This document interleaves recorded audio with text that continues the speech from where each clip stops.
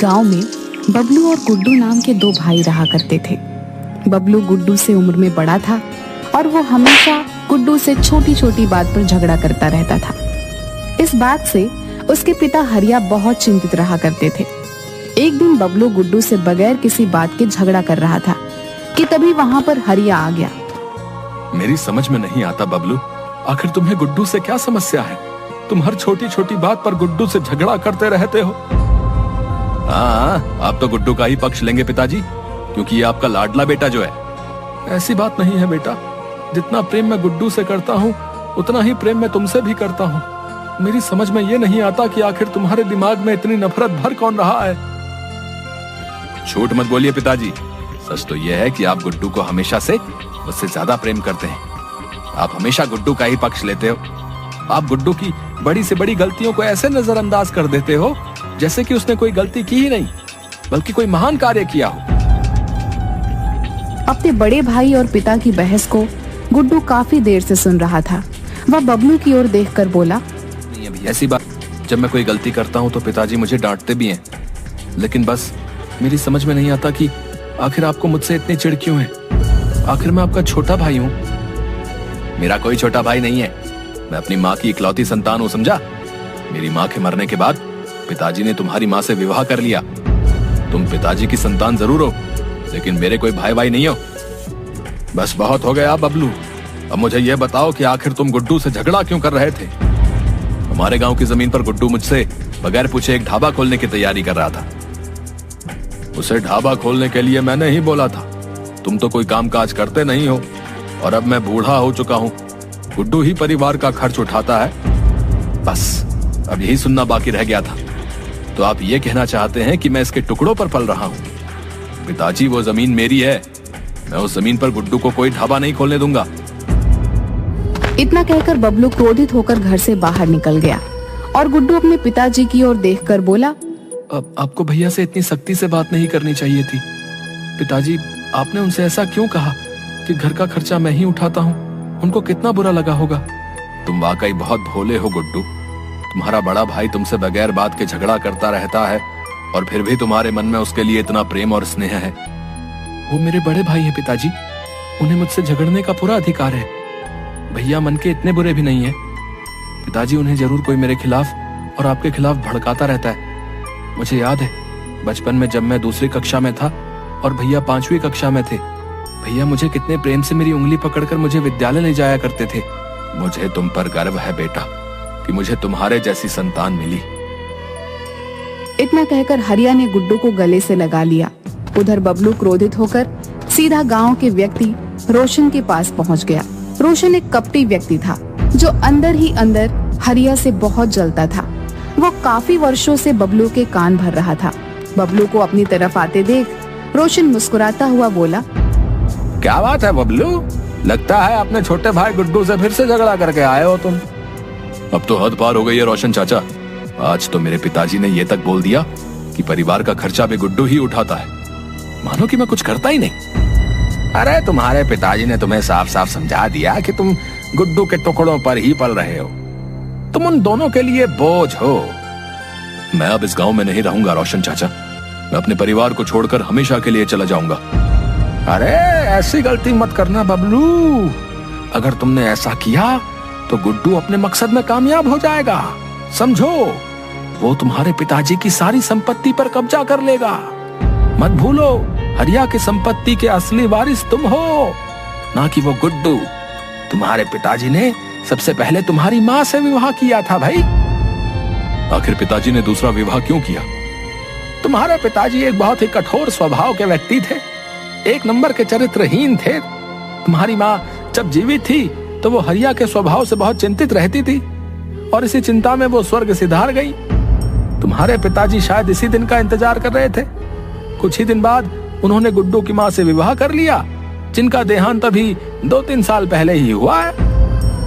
तो फिर आप ही बताइए रोशन चाचा कि मैं क्या करूं? हरिया के जो वकील हैं वो मेरे बहुत अच्छे मित्र हैं।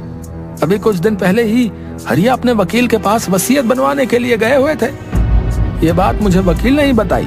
और जानते हो उन्होंने अपनी सारी संपत्ति किसके नाम करवाई है? किसके नाम रोशन चाचा? उन्होंने अपनी सारी संपत्ति गुड्डू के नाम कर दी है भैया। ये बात मुझे उनके वकील ने ही बताई। अगर तुम्हें मेरी बात पर विश्वास न हो तो तुम स्वयं जाकर वकील से पूछताछ कर सकते हो। अगर ऐसी बात है रोशन चाचा, तो फिर मैं गुड्डू को छोड़ूंगा नहीं। ऐसी गलती भूलकर भी मत करना। मेरे पास एक और उपाय भी है। कैसा उपाय रोशन चाचा? मैं तुमसे अभी कुछ देर पहले कह रहा था कि वो वकील मेरा बहुत अच्छा मित्र है। वो मेरे कहने पर वसीयत तुम्हारे नाम पलट देगा। पर इस बात का पता हरिया को कभी नहीं चल पाएगा। जब हरिया इस दुनिया से चला जाएगा तो सारी संपत्ति के वारिस तुम हो जाओगे। उसके बाद तुम गुड्डू को धक्के देकर बाहर निकाल देना। इस राज को तुम्हारे, मेरे और वकील के अलावा कभी कोई नहीं जान पाएगा। अगर तुम कहो तो मैं उस वकील से बात कर लेता हूँ। तुम्हारे पिताजी को पता भी नहीं चलेगा और वो वकील वसीयत में सारी संपत्ति तुम्हारे नाम पलट देगा।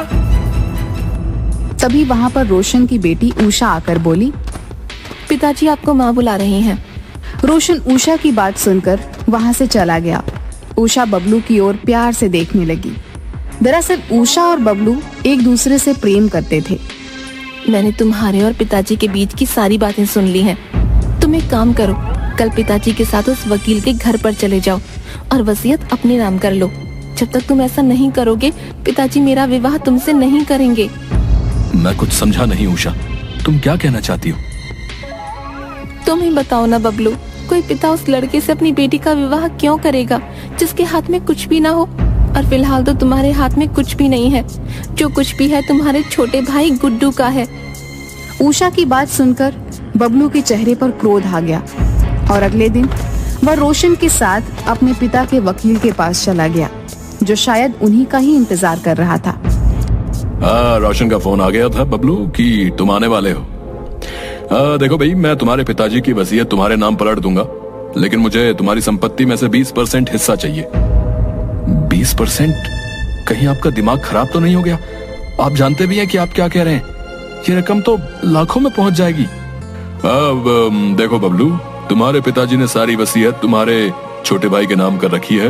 अगर तुम मुझे 20% नहीं देना चाहते हो तो कोई बात नहीं, 3 दिन बाद तो तुम वैसे भी सड़क पर आने ही वाले हो। अब मैं आपकी बात का मतलब नहीं समझा। दरअसल तुम्हारे पिताजी को ब्लड कैंसर है और ये बात उन्होंने तुमसे और तुम्हारे छोटे भाई से छुपा रखी है। उनकी मेडिकल रिपोर्ट्स मेरे पास अभी भी रखी हुई हैं। ज्यादा से ज्यादा वो 3 दिन के मेहमान हैं। रोशन बड़ी चालाकी से बबलू की ओर देखकर बोला, ये सोचने का समय नहीं है बबलू। इस वकील के मुंह पर 20% मारो और सारी वसीयत अपने नाम करवा लो। 3 दिन बाद तो तुम्हारा पिता वैसे ही मर जाएगा। रोशन की बात सुनकर बबलू बहुत गहरी सोच में डूबते हुए बोला, ठीक है, मैं आपको 20% देने के लिए तैयार हूँ।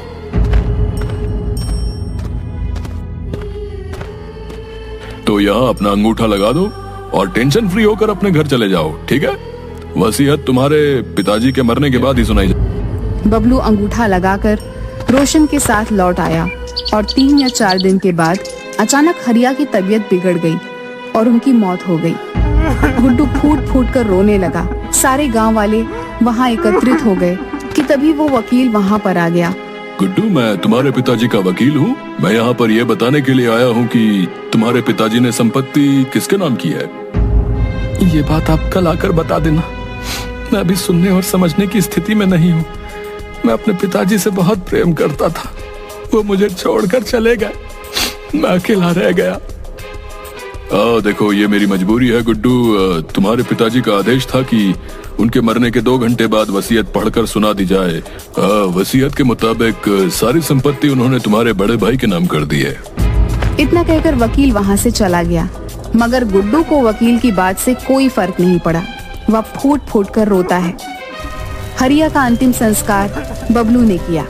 शाम के वक्त गुड्डू रोता हुआ जब घर पर आया तो बबलू क्रोधित होकर गुड्डू से बोला, पिताजी ने सारी जायदाद मेरे नाम कर दी है गुड्डू। अब तुम्हारे लिए इस घर में कोई जगह नहीं।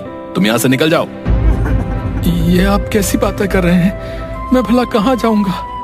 मेरा तो अब आपके अलावा संसार में कोई नहीं है। तुम्हारे संसार में सिर्फ पिताजी थे जो अब चले गए, तो कृपा करके तुम भी यहाँ से चले जाओ। ऐसा मत कीजिए भैया, ऐसा मत कीजिए।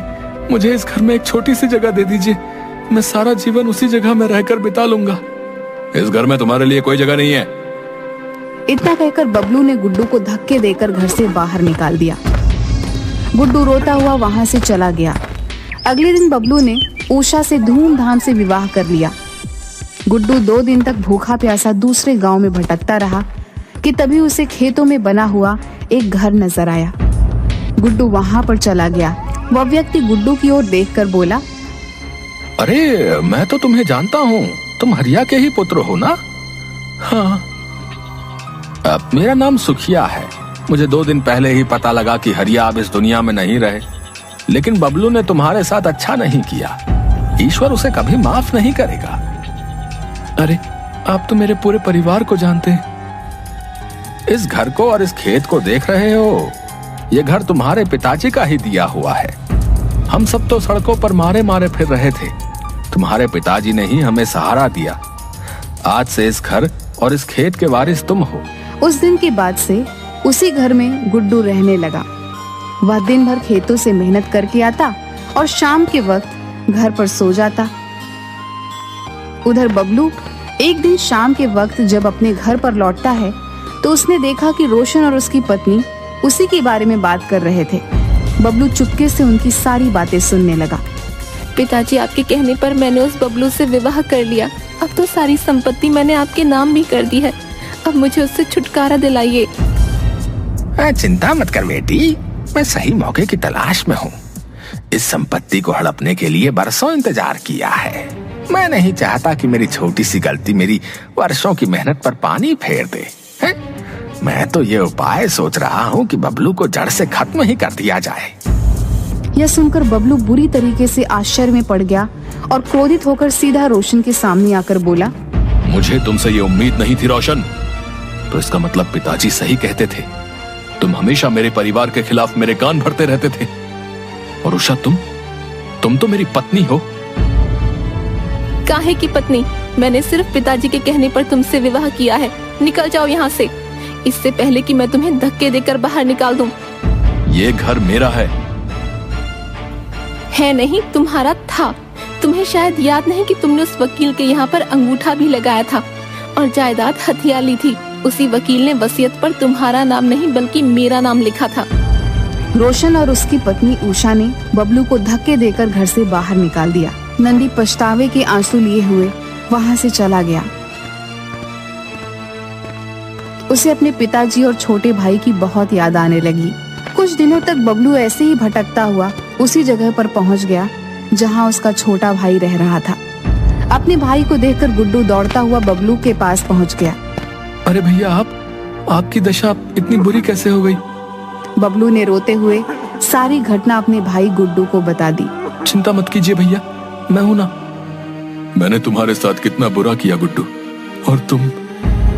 नहीं भैया, मैं बचपन से जानता था कि आपके खिलाफ मेरे कोई कान भरता है। आप मन के इतने बुरे नहीं हैं। तभी वहां पर एक कार आकर रुकी। कार के अंदर से हरिया का वकील निकलकर बाहर आ गया और बबलू और गुड्डू की ओर देखकर बोला, मैंने तुम दोनों को कहां नहीं तलाश किया। मुझे माफ कर दो। मैंने तुम दोनों के साथ बहुत बुरा किया। ईश्वर ने मुझे इसकी सजा दे दी है। मुझे भी तुम्हारे पिताजी की तरह ब्लड कैंसर हो गया है और मैं भी कुछ दिनों का ही मेहमान हूँ। मरने से पहले मैं प्रायश्चित करना चाहता हूँ। आपने बहुत देर कर दी वकील साहब। रोशन ने सारी संपत्ति अपने नाम कर ली है। आपने जो अंगूठा मुझसे लगवाया था उसका फायदा मेरी पत्नी और रोशन दोनों ने उठाया। ऐसा नहीं है बबलू, दरअसल हरिया जी ने तुम दोनों को अपनी आधी संपत्ति नाम की थी। आधी संपत्ति का वारिस गुड्डू आज भी है। रोशन ने सिर्फ तुम्हारे ही हिस्से की संपत्ति अपने नाम की है। ये क्या कह रहे हैं आप? मैं बिल्कुल ठीक कह रहा हूँ। बचपन से ही तुम्हारे पिताजी और छोटे भाई के खिलाफ तुम्हें भड़काता रहा, यहाँ तक कि उसने अपनी बेटी का विवाह भी तुम्हारा विश्वास जीतने के लिए कर दिया। मेरे पास उसके खिलाफ तमाम सबूत हैं। मैं पुलिस के सामने गवाही देने को तैयार हूँ। चलो मेरे साथ।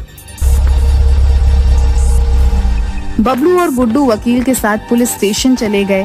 पुलिस स्टेशन में वकील ने अपना जुर्म स्वीकार किया। रंजीत तो चाहता है वकील कि तुम्हें भी जेल की काल कोठरी में डाल दूं। लेकिन ईश्वर ने तुम्हें इससे कहीं बड़ी सजा दी है। इसके बाद पुलिस रोशन के घर के लिए निकल गई।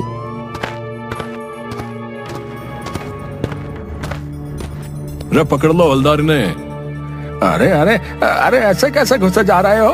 अरे क्या गुंडागर्दी है भाई? अरे गुंडागर्दी तो अब हम दिखाएंगे कैसी होती है। अरे थाने ले चलो इन दोनों को। अरे साहब बताइए तो सही क्या बात है? अगर हमसे कोई गलती हो गई है तो ले दे के रफा दफा करते हैं ना, इतनी तकलीफ ना लीजिए आप। एक ऑन ड्यूटी ऑफिसर को रिश्वत देता है? अरे रुक तू, तेरे पे ऐसी धारा लगाऊंगा कि देखते हैं कि कैसे बाहर निकलता है। अरे रुक तू। पापा ये सब क्या हो रहा है और मेरे पापा को कहाँ ले जा रहे हो? मैं बताऊं कहाँ ले जा रहे हैं? तुम्हें तुम्हारे असली ससुराल। वहीं बैठकर बर्बाद करना तुम लोगों की जिंदगी। वकील जी, आपने अपना सारा जुर्म कबूल कर लिया है, अब तुम्हारी बारी। जाओ अब निकलो यहाँ से। सही कहा है किसी ने, जैसा करोगे वैसा भरोगे। तुम अपना मुंह बंद करो, समझे? मैंने कुछ नहीं बोला। अरे चलो अब, सारी बातें यही करनी है क्या देवी? कुछ बातें थाने के लिए भी छोड़ दो। अरे ले चलो इन्हें। मेरे लिए फीमेल कांस्टेबल लाओ पहले, फिर यहाँ आना। उसका भी पूरा इंतजाम है। गाड़ी में सीसीटीवी कैमरा लगे हुए हैं, लाइव रिपोर्टिंग की जा रही है हेडक्वार्टर में। अब तो चल सकती हो ना? अरे ले चलो इन्हें। इतना कहकर इंस्पेक्टर ने रोशन और उसकी बेटी को गिरफ्तार करके जेल में भेज दिया। बबलू और गुड्डू सगे भाइयों की तरह आपस में फिर से रहने लगे।